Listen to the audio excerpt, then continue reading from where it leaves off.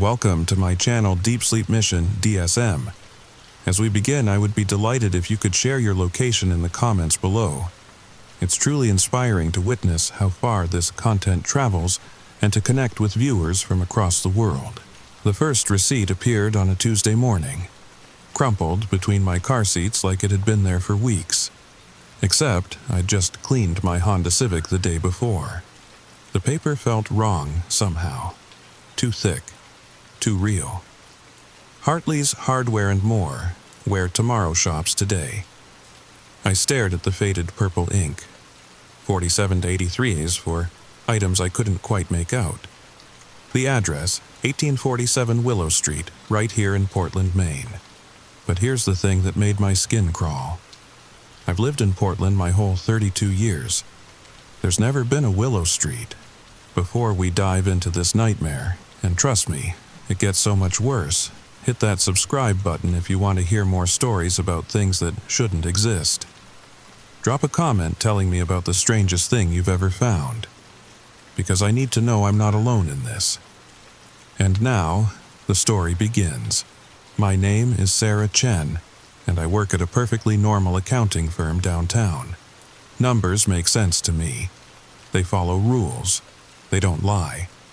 Maybe that's why the receipts bothered me so much.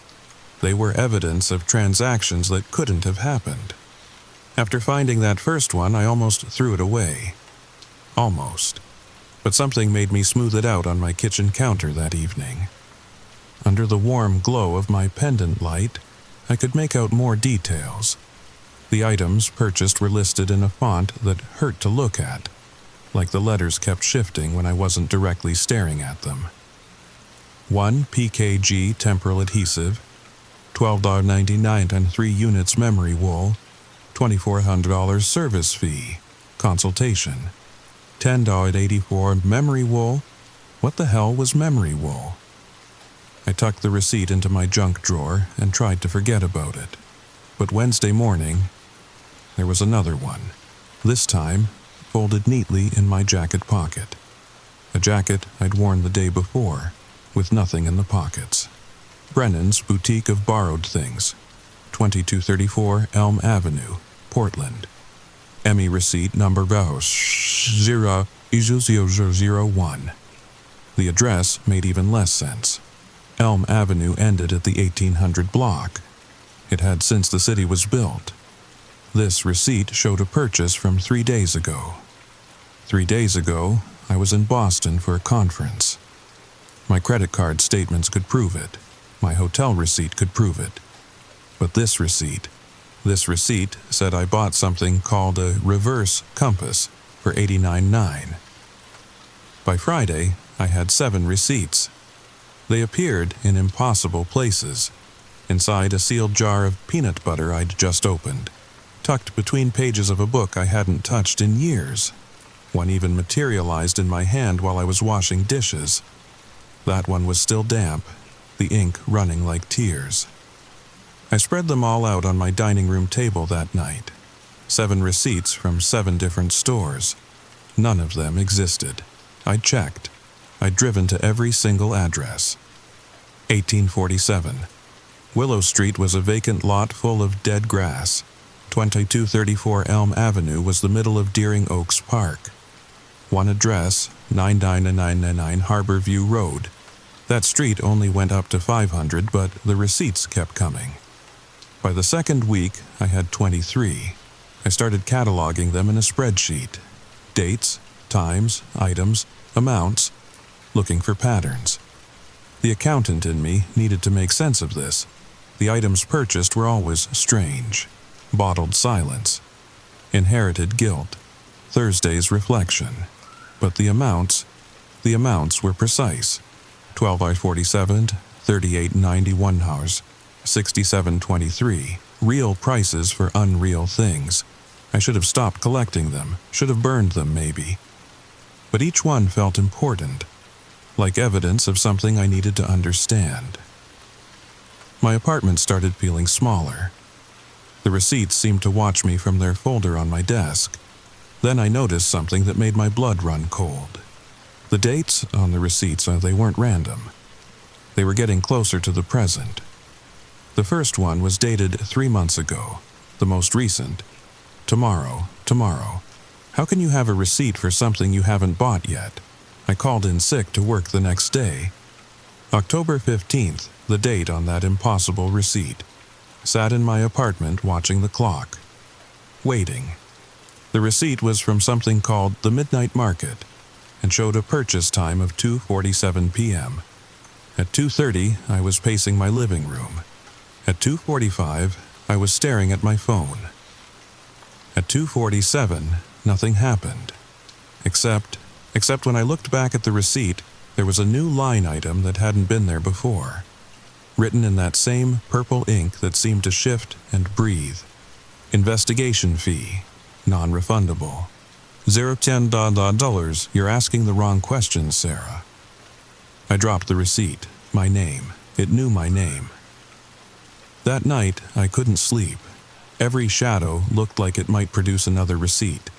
Every rustle of paper made me jump. Around 3 a.m., I gave up and made coffee. That's when I noticed my laptop was open on the kitchen counter. I never leave it there. Never.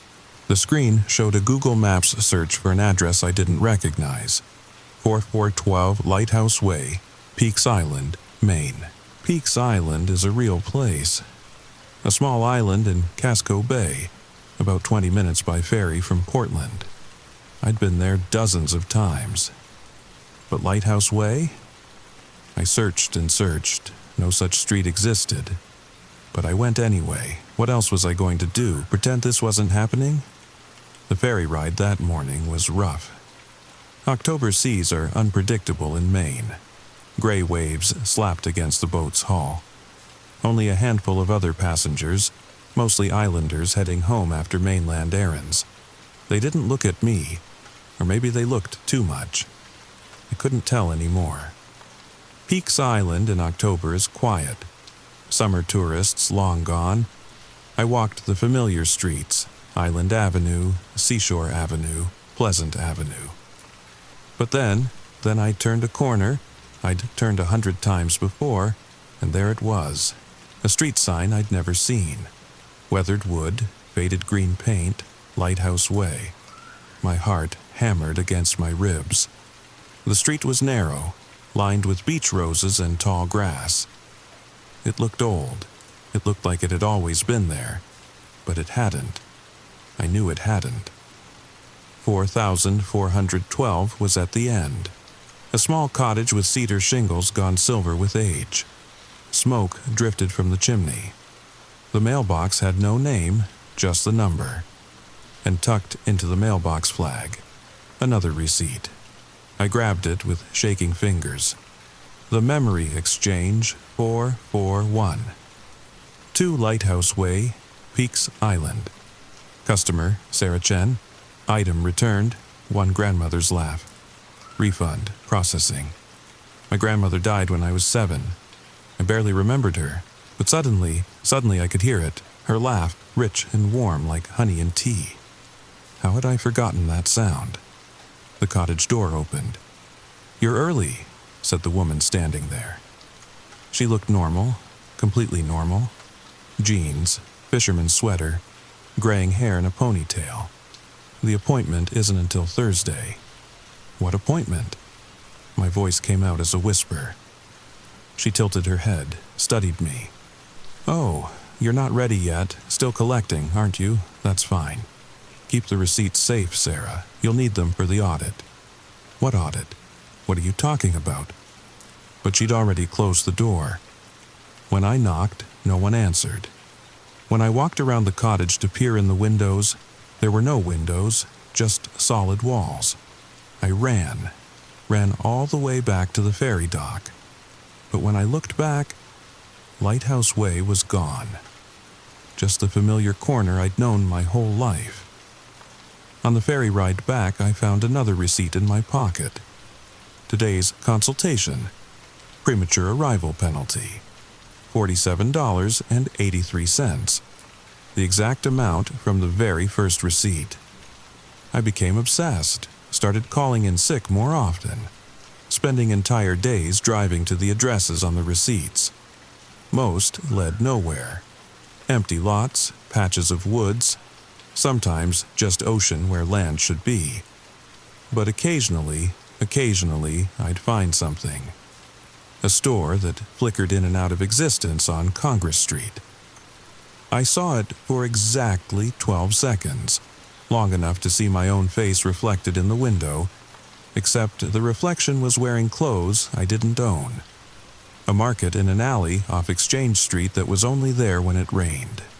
I stood in a downpour for 3 hours, watching vendors sell things that couldn't exist. A jar of Tuesday, a map of nowhere, a key to every lock that was never made. I tried showing the receipts to others. My co-worker Jim just saw blank paper. My sister Emma said they looked like old grocery lists. Milk, bread, eggs, normal things. Only I could see what they really were. The receipts kept appearing. Faster now, 3, 4 a day. My folder became folders. My spreadsheet grew to hundreds of entries. I found patterns, stores that appeared only on certain dates, items that were purchased in specific sequences, amounts that, when added together, equaled significant numbers, my social security number, my mother's birthday, the exact amount in my savings account.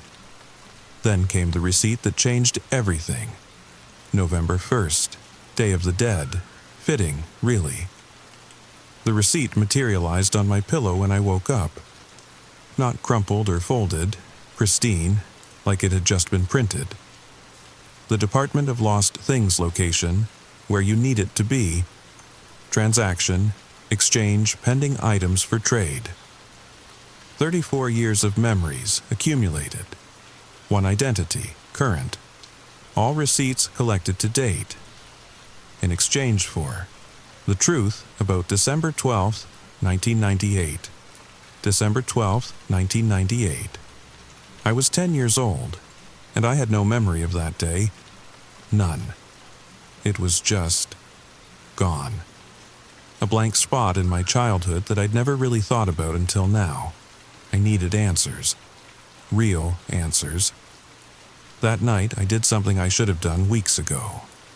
I looked up the names of the stores, not just to see if they existed, but to see if they had ever existed. The Portland Public Library has archives going back to the 1800s. Newspapers, business directories, phone books.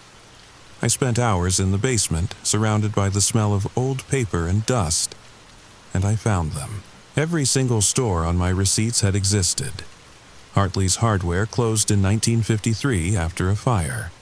Brennan's Boutique of Borrowed Things, a pawn shop from the 1920s, shut down when the owner disappeared.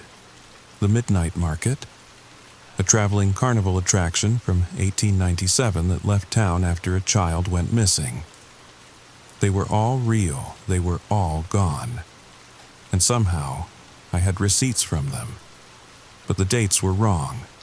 The receipts showed recent purchases, but these stores had been closed for decades, sometimes over a century. I photocopied everything. Articles about the stores, their advertisements, obituaries of their owners. The pattern became clearer. Every single business had ended badly. Fires, disappearances, scandals, death. And then I found the article that made me stop breathing. Portland Daily News, December 13th, 1998. Local girl found after 24-hour disappearance. Sarah Chen, aged 10, was found this morning in Deering Oaks Park after being reported missing yesterday. The child has no memory of the past 24 hours. Police suspect she may have fallen and suffered a concussion, though no injuries were found. She just keeps talking about receipts, her mother told reporters. She says she needs to keep the receipts safe. I stared at my own name in the old newspaper, at the grainy photo of my younger self. I looked terrified. What happened to me on December 12th, 1998? The final receipt came on December 11th. Not December 12th, like I'd expected. It appeared in my hands while I was drinking morning coffee, materialized between my fingers like a magic trick. Final notice. The Department of Lost Things audit scheduled. December 12th, 2024. Time, midnight. Location, where it all began. Please bring all receipts for processing. Failure to appear will result in permanent forfeiture where it all began. I knew exactly where that was. Deering Oaks Park, the place they'd found me 26 years ago. I spent the day preparing, organized all the receipts. There were 247 of them now. Put them in chronological order in a leather portfolio I'd bought specifically for this purpose. Wrote a letter to Emma explaining everything just in case. Charged my phone, brought a flashlight. At 11:45 p.m. I stood at the park entrance. The gates were locked, but they'd never stopped me as a kid. I climbed over just like I had all those years ago. My feet remembered the path, even if my mind didn't. The pond at the center of the park was still, reflecting the crescent moon. I checked my phone, 11:58. The receipts in my portfolio seemed to pulse with their own warmth. At exactly midnight, the world shifted. The park was the same, but different. Older, newer. Trees that had been cut down decades ago stood tall. The pond was clearer, filled with water that glowed faintly blue. And all around me, stores. They lined the paths like a night market. Hartley's Hardware with its painted sign swinging in a breeze I couldn't feel. Brennan's Boutique, lights warm and inviting. The midnight market spread out in tents and stalls, and dozens more I recognized from the receipts. Welcome back, Sarah. The woman from the cottage on Peaks Island stood behind me. But she looked different now. Younger, older, both, neither. I don't understand any of this. You did once. When you were 10, you understood perfectly. She held out her hand. The receipts, please. I clutched the portfolio tighter. Not until you tell me what happened, what this place is. She smiled, sad and knowing. This is where lost things go. Lost stores, lost memories, lost time. You stumbled in here as a child. December 12th, 1998. You spent a whole day here, shopping. Shopping for what? For a life without sadness? Your grandfather had just died. You wanted to trade your grief for something else. We let you browse, let you collect receipts for all the things you could exchange your pain for. But in the end, what? You chose to keep it. The grief. You said it was worth having because it meant you'd loved him. So we let you go. But the receipts stayed with you, seeds of possibility. They were supposed to fade, but you're an accountant now. You hold on to receipts, and holding on to them, it kept the connection open. I looked around at the impossible stores, at the things that shouldn't exist. So this is real as loss, as real as memory, as real as the things we wish we could buy our way out of. She gestured to the stores.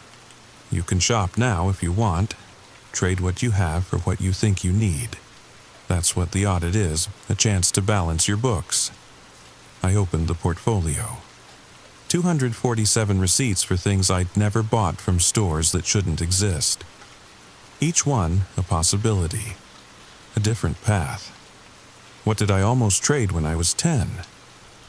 She pulled out a receipt, old, faded, in a child's handwriting.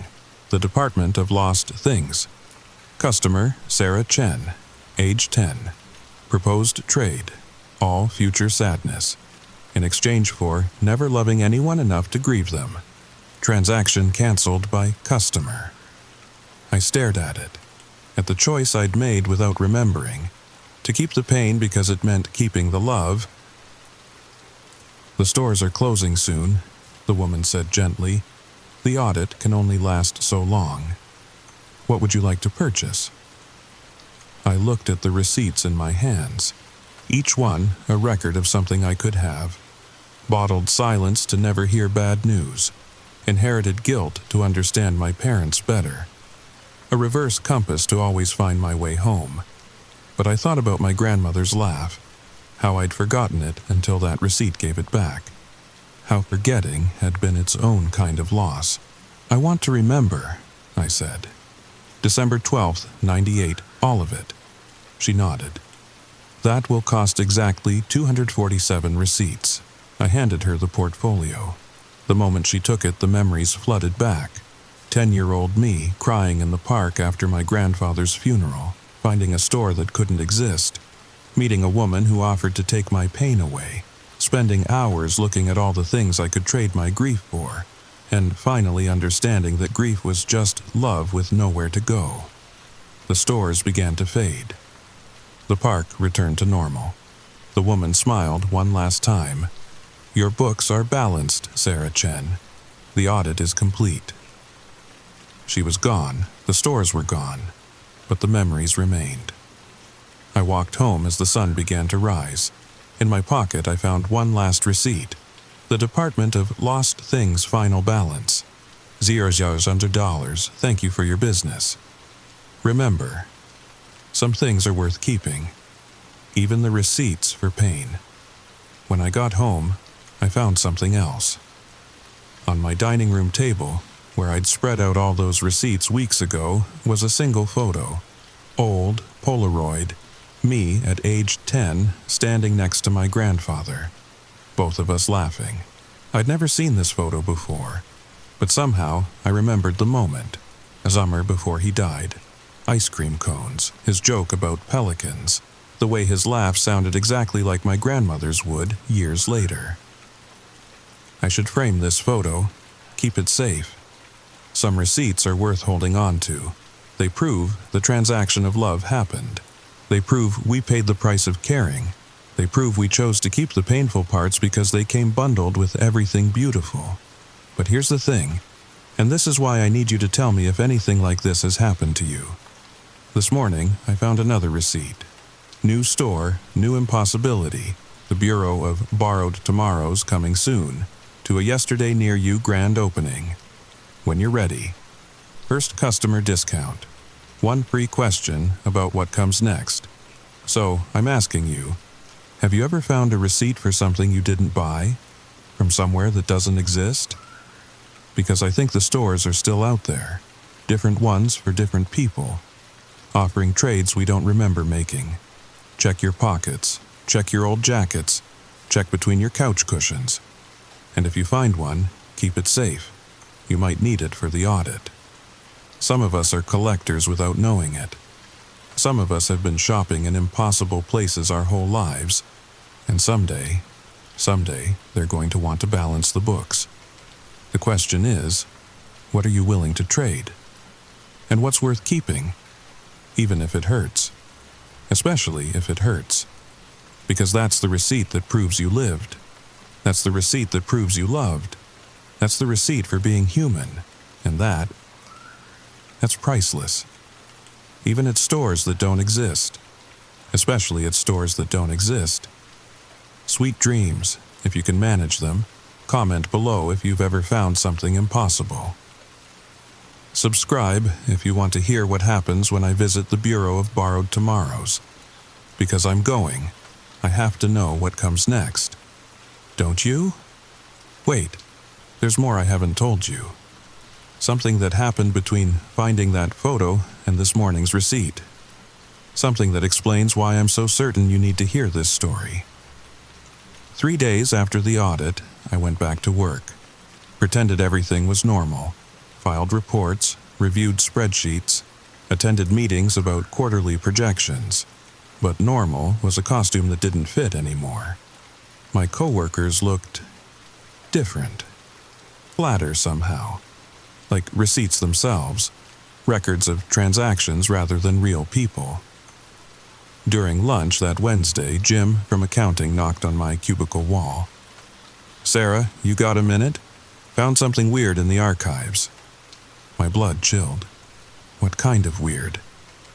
He handed me a manila folder. Old employee records from the 50s. Found them while digitizing files. There's someone in here with your exact name. Inside was a black and white employee photo. A woman, maybe 35, wearing 1950s attire.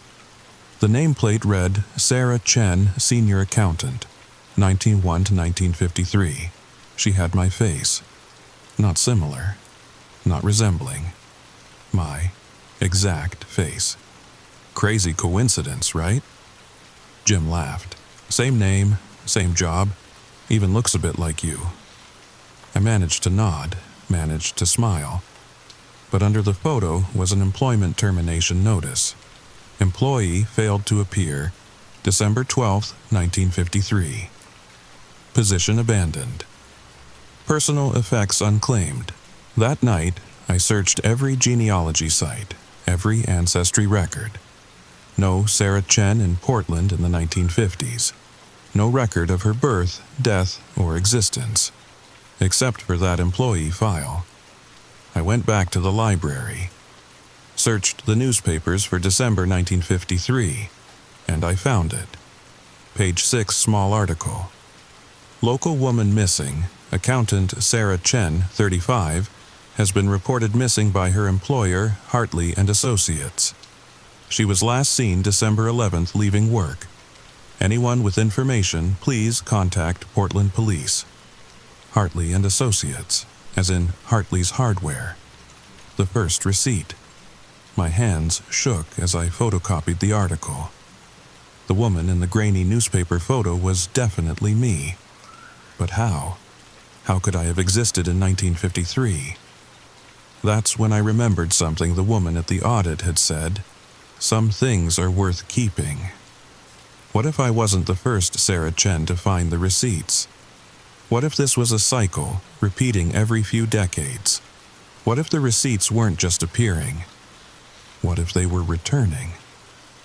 I drove home in a daze, found myself staring at that Polaroid of me and my grandfather, really looking at it, and in the background, barely visible, a store sign, blurry but readable if you knew what to look for, the Department of Lost Things.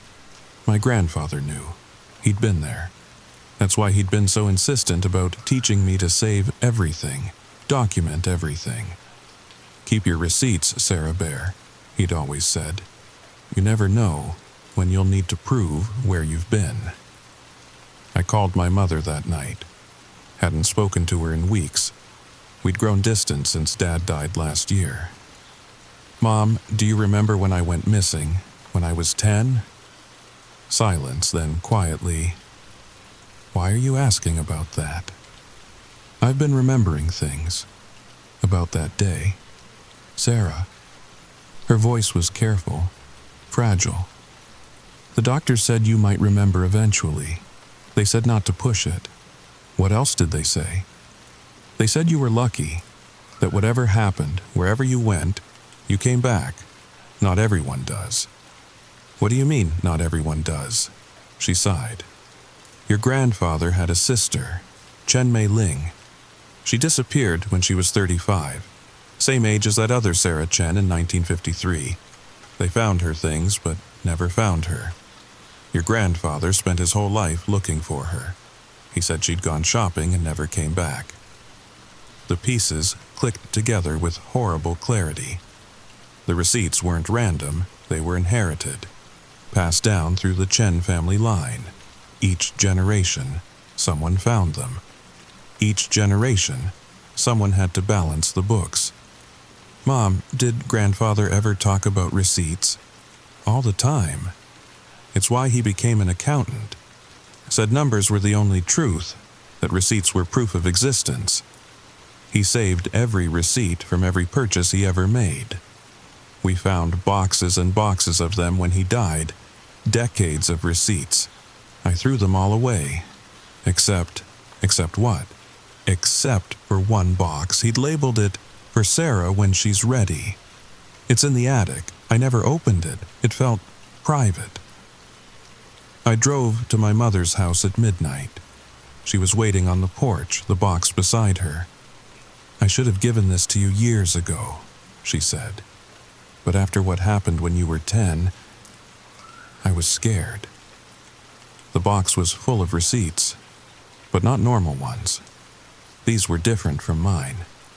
The stores had different names: the Temporal Exchange, Memories and More, the Yesterday Market. But the dates were all December 12th. Different years: 1923, 1953, 1983, 1998.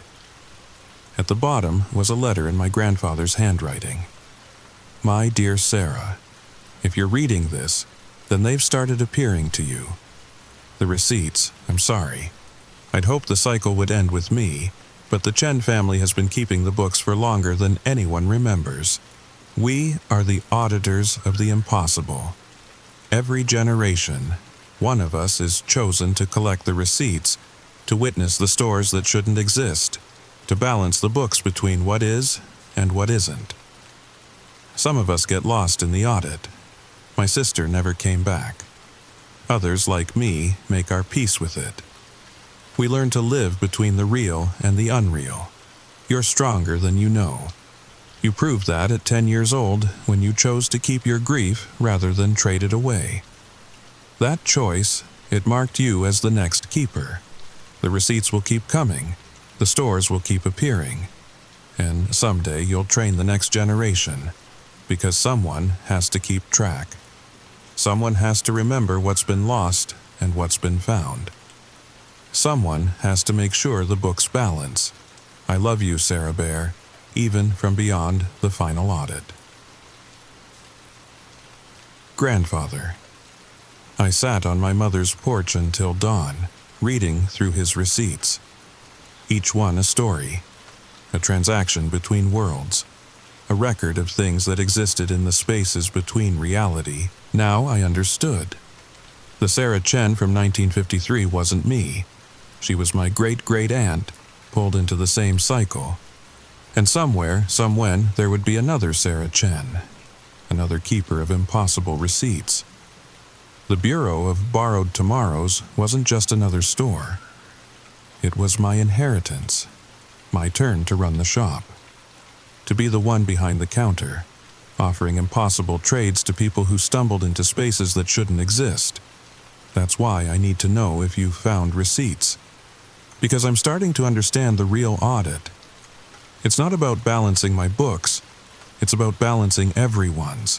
Every lost thing needs accounting. Every impossible transaction needs recording.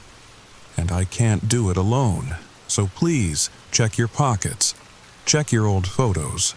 Look for the stores that exist in the corners of your vision, the ones that disappear when you look directly at them. Because the Department of Lost Things isn't just one store. It's a whole economy of impossible places.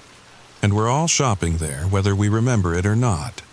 We're all collecting receipts for things we've lost, things we've found, things we've traded away in moments of desperate hope or crushing despair.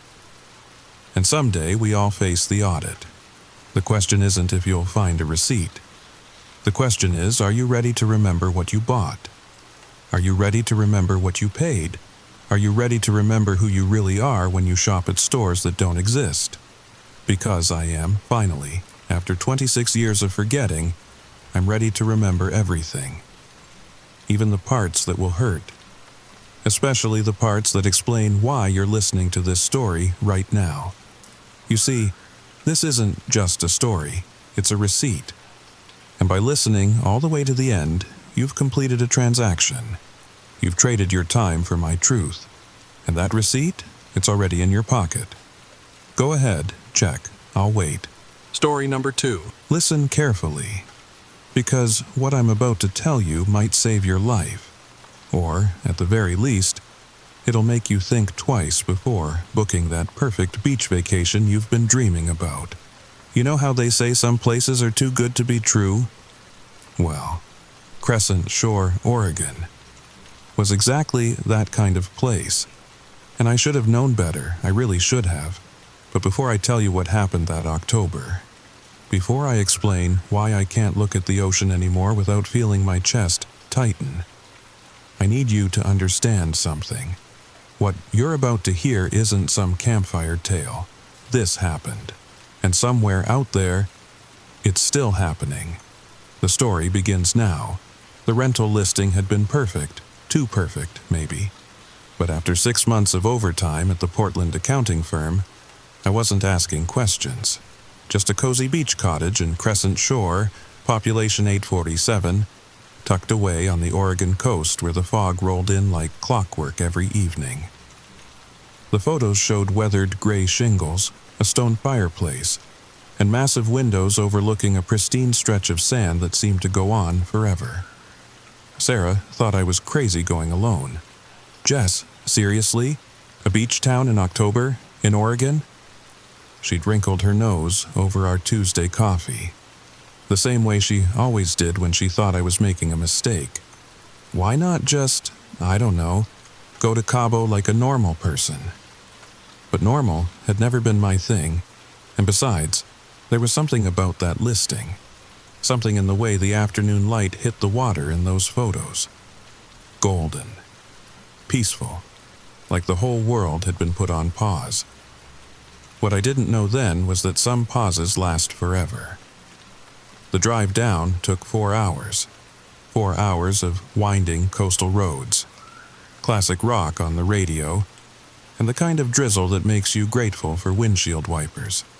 I stopped once at a gas station in Lincoln City, grabbed a terrible cup of coffee and some beef jerky, and the kid behind the counter, couldn't have been more than 19, had given me this look when I mentioned Crescent Shore. "You sure that's where you're headed?" He'd counted my change slowly, deliberately, like he was buying time. "Yeah, why?" He'd shrugged, handed me my receipt. "Nothing, just October's a weird time to visit is all. Most folks know to stay away after September." I'd laughed it off. Small town people, always suspicious of outsiders, always trying to keep their little secrets to themselves. But now, sitting here in my apartment with all the lights on, I keep thinking about that kid's face, the way his eyes had darted to the window, the way he'd whispered, "Be careful," as I walked out the door. I should have listened. God, I should have listened. The cottage was exactly as advertised, maybe even better. The key was under a piece of driftwood by the door, just like the owner had said, and inside smelled like cedar and sea salt, the kind of smell that instantly makes you breathe deeper. I dumped my bags in the bedroom, opened every window despite the chill, and stood on the deck watching the sun break through the clouds. The beach was empty, completely, utterly empty. Not a single footprint in the sand, not a bird, not even a piece of trash. Just miles of pristine coastline and the rhythmic crash of waves that seemed almost musical, like they were keeping time to something I couldn't quite hear. But here's what I remember now, what I didn't notice then. The waves weren't random. They came in sets of 7, always 7. 7 waves, then a pause, then 7 more, like a heartbeat, like breathing, like something alive and patient and waiting. I made myself a cup of tea, Earl Grey with honey, and settled into the worn leather chair by the window with my book. But I couldn't focus. My eyes kept drifting to the water, to the way the waves seemed to pulse with their own light as the sun started to set, blue-green, then deeper, then almost black. That's when I saw the first one, a figure, walking along the waterline, slow, deliberate, like they were looking for something in the sand. From this distance, I couldn't tell if it was a man or woman, just a dark silhouette against the dying light. They walked north for maybe 50 yards, then stopped, stood there for a long moment, perfectly still, facing the ocean. Then they walked into the water, not running, not diving, just walking. Steady, purposeful, like they were going to meet someone. The waves reached their knees, their waist, their chest. I stood up, my book falling to the floor, my heart suddenly hammering. Should I call someone? Should I run down there? But they kept walking. Even as the waves crashed over their head, even as they disappeared completely beneath the surface, I waited, counted to 10, 20, 30, scanned the water for any sign of them, a head bobbing up, arms flailing, anything, nothing. I realize now that I was counting wrong. I was counting seconds, but the ocean counts in years. I grabbed my phone, started to dial 911, then stopped. What would I say? I saw someone go swimming at dusk? They'd think I was crazy, or drunk, or both. I stood there for another 10 minutes, watching, waiting. The beach was empty again, like it had never happened. That night, I barely slept. Every time I closed my eyes, I saw that figure walking into the waves. The strange determination in their stride, the way they never looked back. Not once. But what haunted me most was the feeling that they weren't alone out there, that something had been waiting for them in the deep water, something patient, something hungry.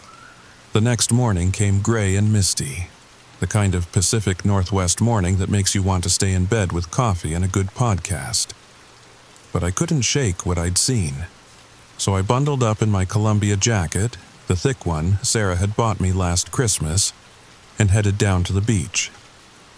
The sand was cold under my feet, damp, and still, no footprints except my own. I walked to where I thought the person had entered the water, looked for any sign, clothing, shoes, anything left behind, nothing. But the sand felt wrong somehow.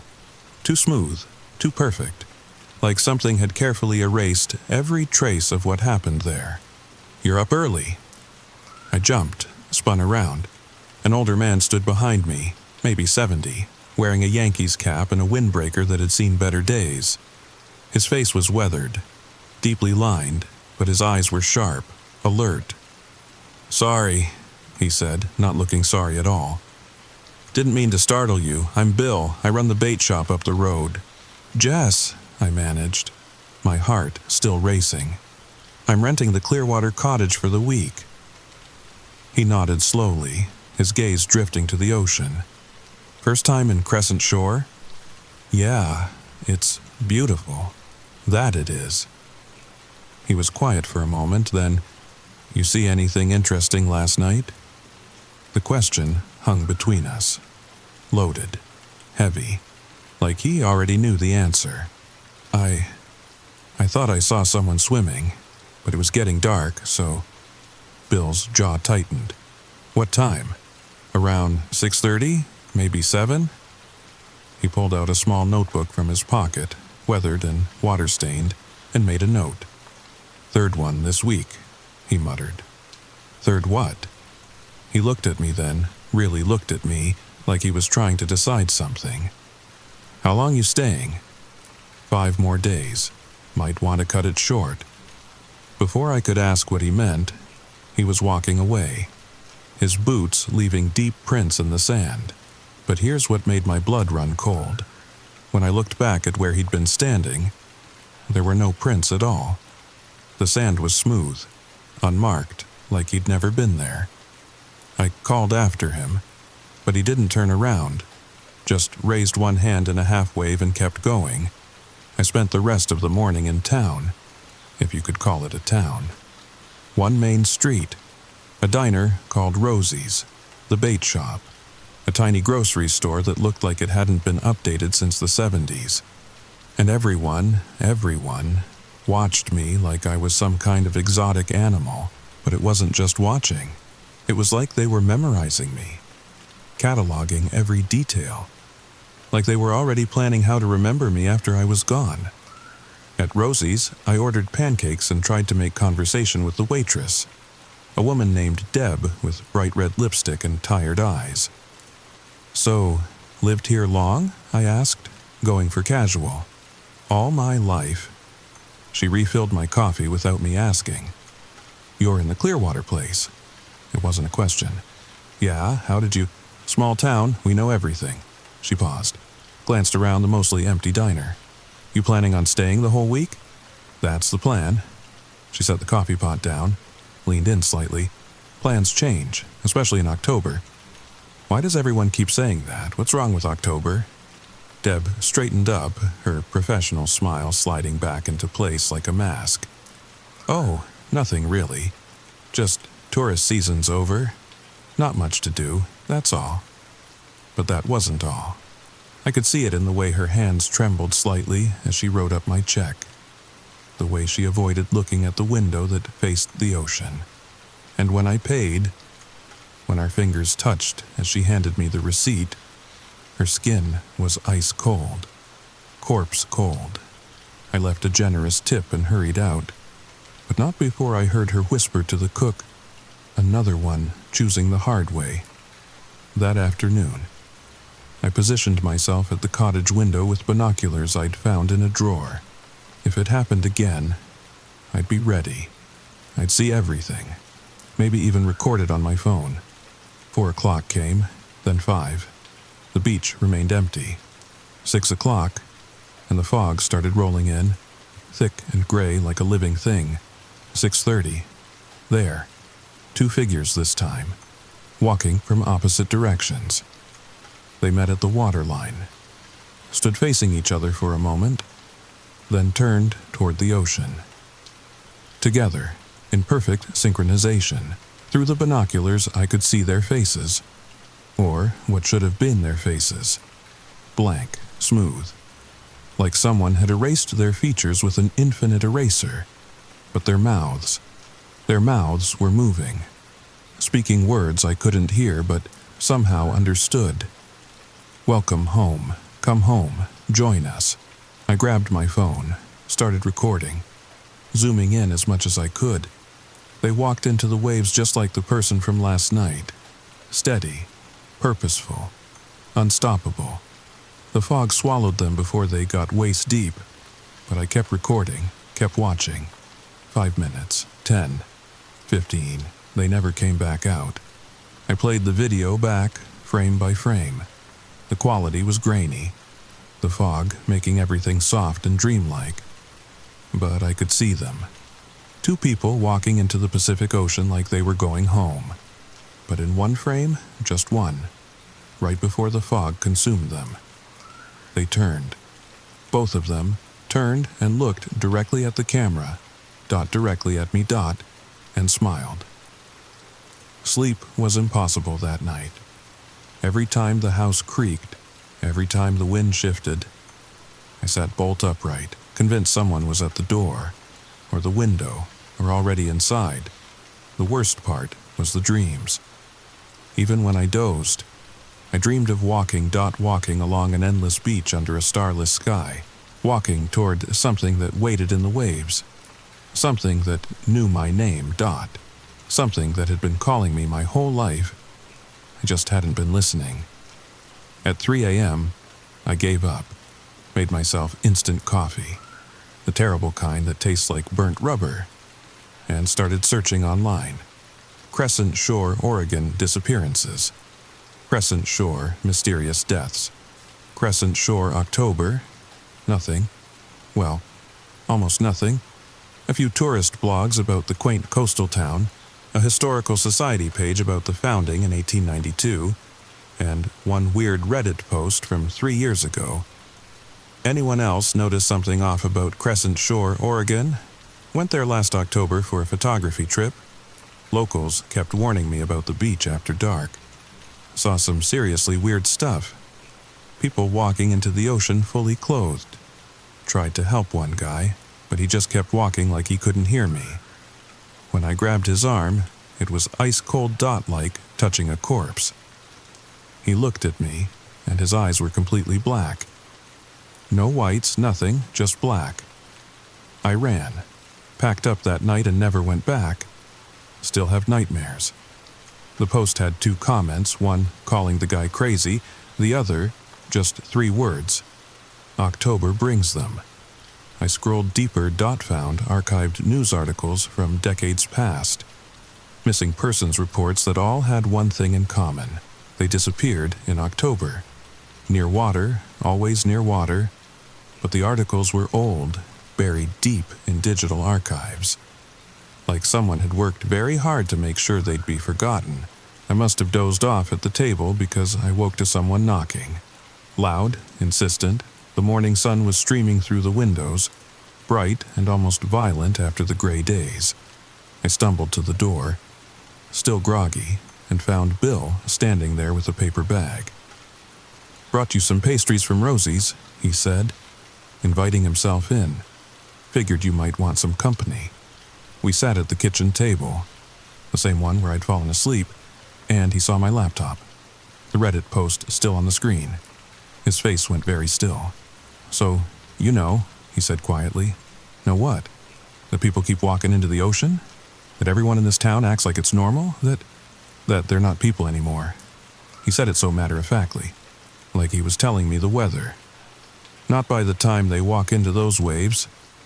I stared at him. "What are you talking about?" Bill pulled out his notebook again, flipped through pages and pages of dates and times. Started in 1947, October 12th. Fishing boat called the Marianne went down about 2 miles offshore. Storm came out of nowhere. 7 crew members, all presumed dead. He paused, took a sip of coffee. Except they came back, October 12th, 1948, exactly 1 year later. Walked right out of the ocean at sunset, went home to their families. That's impossible. Is it? His eyes were intense, burning. Their families thought it was a miracle for about a week. Then they started noticing things. They were cold to the touch, always. Never ate, never slept. And their eyes, in certain light, weren't quite right. Too dark, too deep. Like looking into the ocean at night. They remembered everything about their old lives, Bill continued, his voice dropping to almost a whisper. Every memory, every inside joke, every intimate moment. That's what made it so horrible. They were perfect copies. Except for one thing, they were patient in ways that living people never are. They could sit for hours without moving, without blinking, just waiting. Always waiting for October 31st. My coffee mug felt very heavy in my hands. What happened to them? October 31st, Halloween night. All 7 of them walked back into the ocean. Their families tried to stop them, but he shrugged. You can't stop someone who's already dead. This is insane. It gets worse. Bill flipped more pages. They came back the next year, October 12th, but this time they brought others with them. People who drowned, suicides, accidents, all walking out of the waves, all going home, all leaving again on Halloween. He looked up at me. It's been happening every October since. The town just learned to live with it. Why don't people leave? Why don't you call the police, the FBI, someone? Bill laughed, bitter and short. You think we haven't tried? Reporters came in the 60s. Their car was found at the bottom of a cliff. Government folks in the 70s. Boating accident. These days, we just keep quiet. Protect the tourists who don't know any better. Try to get them to leave before what? Before the ocean decides it wants them to. Here's what you need to understand, Bill said, leaning forward. The ocean here. It's not like other places. It remembers. Every soul it's ever claimed, they're all still down there, waiting. And every October, they get homesick. They come back to visit, to remember what it felt like to breathe air, to walk on dry land. But they can never stay. The ocean calls them back. Always. I thought about the figure from the first night, the 2 from yesterday. Those people I saw, probably been dead for years, coming back for their annual visit. Most of them stay away from the living. Just walk the beach, remember what it was like. But sometimes, he hesitated. Sometimes they get lonely, start calling to others. through dreams mostly. Sometimes voices in the waves. And if you're not careful, if you listen too long, you join them." He nodded. "We've lost 3 locals already this month. Good people, strong people. But October's almost over, and the ocean, it gets hungrier toward the end. It needs 7 new ones every year," Bill added grimly. "Always 7 dot. That quota's the rule, the quota, and it doesn't matter if you're ready or not. If you're one of the chosen, you'll hear the call. And when you do, God help you, because no one else can."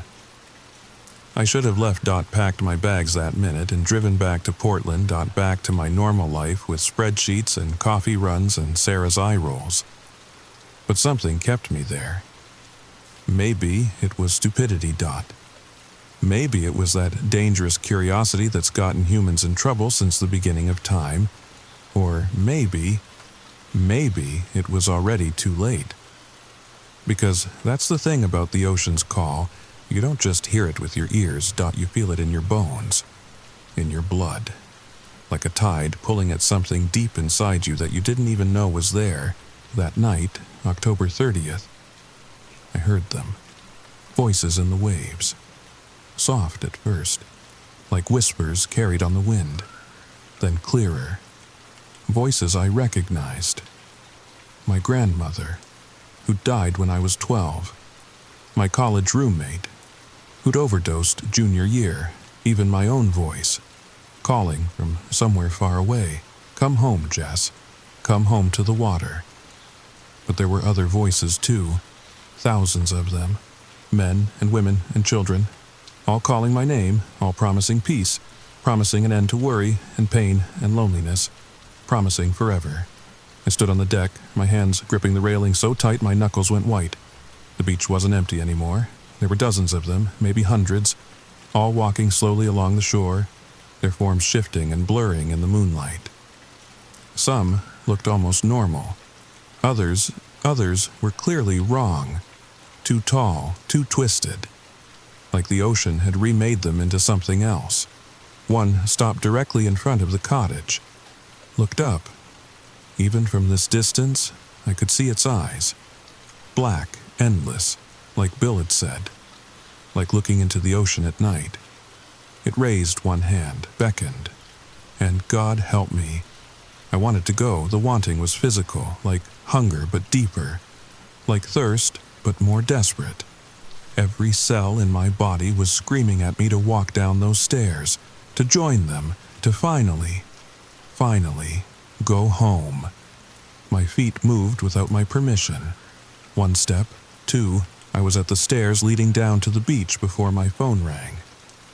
Sharp and sudden in the silence, Sarah's ringtone. The stupid song from that movie we'd watched 100 times in college. Jess, are you okay? I've been having the worst dreams about you. You're at a beach and there's something in the water and... Sarah? My voice came out cracked, desperate. Keep talking, please. Just keep talking. What? Jess, you're scaring me. What's going on? I backed away from the stairs, back into the cottage, slammed the door and locked it. I can't explain, just tell me about your day. Your boring, normal day, please. So she did. Talked about her commute, her annoying coworker, the new coffee place that opened downtown. Normal things, real things, living things. I pressed the phone to my ear like a lifeline, curled up in the leather chair, and watched the beach through the window. They were all looking at the cottage now, all of them, standing perfectly still, waiting. But as Sarah talked, as her voice filled my head with blessed mundane reality, I noticed something else. The figures on the beach were fading, not leaving, fading, like the connection to the living world was weakening their hold on this one. Jess, are you still there? Yeah, I'm here. Sarah, I'm leaving first thing in the morning. Okay, I'm coming home. Good, this place, whatever it is, it's not right. I can feel it even from here. She stayed on the phone with me until dawn. until the beach was empty again, until I could breathe without feeling like I was drowning on dry land. I packed in 10 minutes, threw everything in my car without bothering to fold or organize. But when I went to leave, Bill was standing by my car. "Cutting it close," he said. "I'm leaving. Right now." He nodded, but didn't move. "Need to tell you something first, about tonight. Halloween night. I don't want to know. But you need to." He pulled out a folded piece of paper, handed it to me. "That's a list. Everyone who's walked into the wave since 1947. Everyone who comes back." I didn't want to look, but I did. Names and dates going back decades. And there, near the bottom, 3 names from this week: October 27th, October 28th, October 29th. "There's a pattern," Bill said. "They always take 7. Every Halloween, 7 new ones join them. It's been 6 so far this year. So they need one more, tonight, and you've been watching them, listening to them. You're already connected." He looked genuinely sad. "I'm sorry. I tried to warn you. We all did." I crushed the paper in my fist. No, I'm leaving. They can't make me. They don't have to make you. That's the thing. By midnight tonight, no matter where you are, you'll hear them. And you'll want to answer.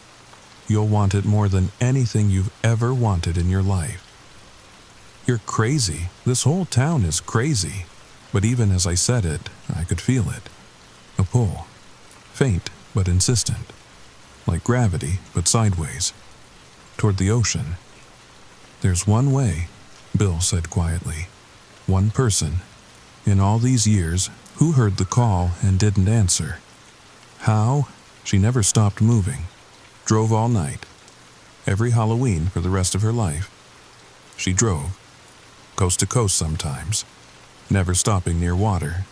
Never stopping at all until November 1st. He paused. "She died 5 years ago, natural causes, in her sleep. On November 2nd. She beat them. I got in my car, started the engine. What was her name?" Bill smiled. Sad and knowing. "Sarah. Sarah Williams. Your grandmother." The paper in my hand had her name. October 31st, 1962. Crossed out. "She left you something," Bill added, reaching into his jacket. He pulled out an envelope, yellowed with age. My name written on it in my grandmother's careful cursive. She said, "If anyone in the family ever came here, if they heard the call, give them this." I tore it open with shaking hands. Inside was a single page. Her handwriting. "My dearest Jess, if you're reading this, then you know. The ocean remembers everything. But so do we. Drive, sweetheart. Drive until the sun comes up. Drive until you can't hear them anymore. Drive until you remember that the living world is stronger than the dead one. And remember this, they can only call you home if you forget where home really is. All my love, Grandma Sarah, P.S. The salt helps. Keep it with you always." At the bottom was a small packet of sea salt. I clutched it tight. I drove fast, without looking back, but I could feel them behind me, following, waiting. And as the sun sets now, as I write this from a truck stop in Nevada, as far from the ocean as I could get, I can hear them starting, the voices in the waves, even here, even now. But I also hear other things.